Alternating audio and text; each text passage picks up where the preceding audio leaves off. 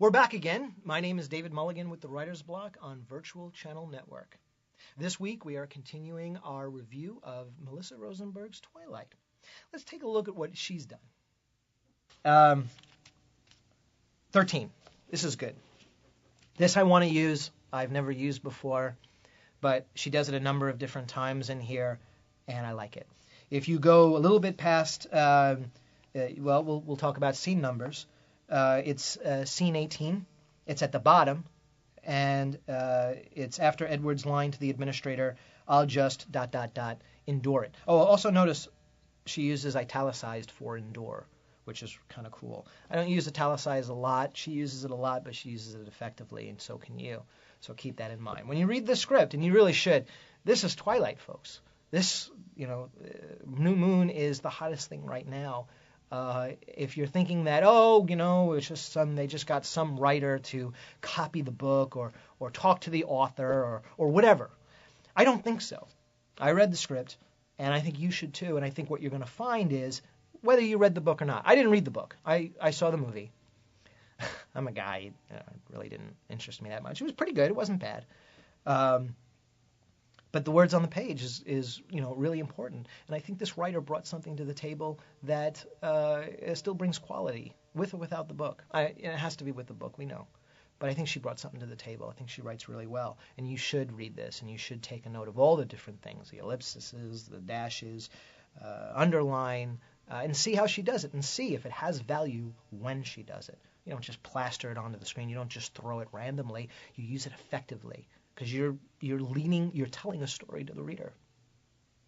So what are we talking about? Underneath that line, you'll see, he strides out the door, off Bella, ...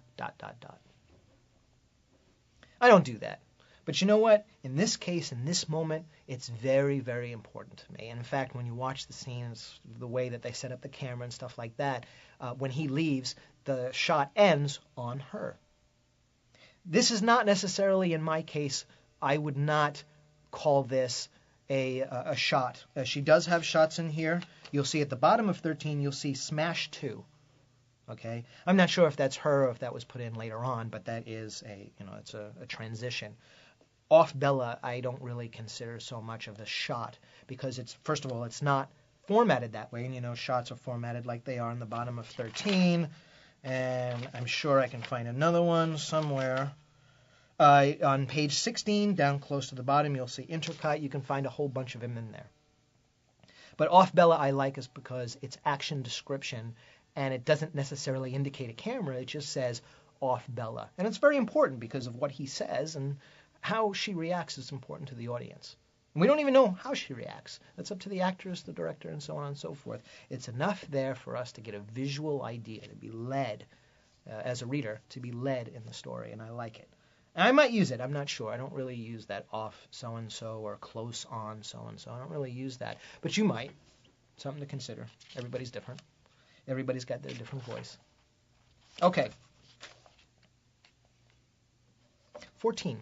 Good stuff. Good stuff. We have, at the top of 14, scene 21, we have an extreme close-up, ECU, on a security guard in the darkness. That's all we have. We just have, boom. And the description of this is extremely tight on his terrified face, sweat dripping, breathing in short gasps, trying desperately not to make a sound. And then she uses include ... and then the scene. I like this because I wouldn't do this. I don't do this. But I like this because the include is still leading the reader. It is not a shot. It is not a transition. It's just her talking to the reader. Now, I know what the camera guy is going to do in this case. He's going to pull back, include. So you close up on his face. He's trying not to breathe. He's really scared. And then we pull back to include, right? Something like that, perhaps. I don't know. I don't remember what it was like in the movie. And then we have interior, Grissom Mill, late afternoon. Good stuff. Take a look at that. See if some of your scenes can kind of develop that way. You don't just have to open up flat every time. You can open up with these sort of visual images, But be careful. Don't step on the DP. Don't step on the director, that kind of stuff, They have creative ideas, too. Give them a shot. So, As far as the include, go down a little bit down the page and you'll see in scene 24, which is Fork's Coffee Shop, late afternoon, you'll even see here, it says, on a top sirloin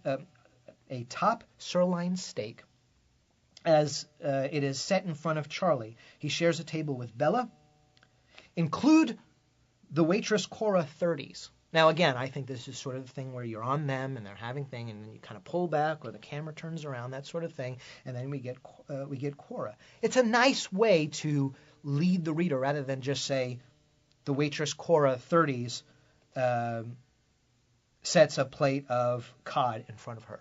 I could have done that, and probably that's what I would have done. But does this bring a little bit more of a flavor?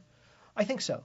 I think it does. I don't know if I would capitalize it, but maybe you should. I don't know. I don't really do a lot of capitalizing. I know a lot of people capitalize sounds. She capitalizes a lot of different things that are very important. Like on page 14, you'll see inhuman speed, unknown POV, blood sprays the landing, ...